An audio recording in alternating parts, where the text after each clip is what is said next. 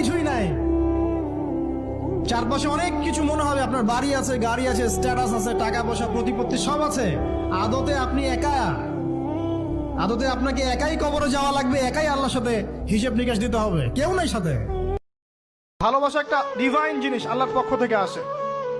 Divine একটা জিনিস, অলৌকিক। মানে যখনই আপনি দেখবেন কাবিন হবে এবং আপনি কালিমা পড়ানো হচ্ছে, আপনি বলছেন কবুল, ইমিডিয়েটলি আপনি ফিল করবেন অপরিচিত একটা। সারা রাত জেগে থাকে কুকুর এবং সারাদিন ঘুমায় কুকুর। আর দেখবেন আপনি বিড়ালকে দেখবেন, ও কিন্তু রাত্রে ঘুম এবং দিনের বেলা সে অ্যাক্টিভ। বিশ্বাস করেন কিয়ামতের আগে একদিন, এক রাতের মধ্যে এই কোরআনের সব পাতাগুলো আল্লাহ তুলে নেবেন আসমানে। হাদিস এসেছে কোরআনের শুধু পৃষ্ঠাগুলো থাকবে, কালি থাকবে না। এটা শেষ জামানায় হবে সামনে। তিনি আরো বলেছেন যে এই কোরআন পরকালে হয় এই উম্মার পক্ষে সাক্ষী দিবে অথবা বিপক্ষে সাক্ষী দিবে। এই কোরআন কথা বলবে কাল কিয়ামতের মাঠে।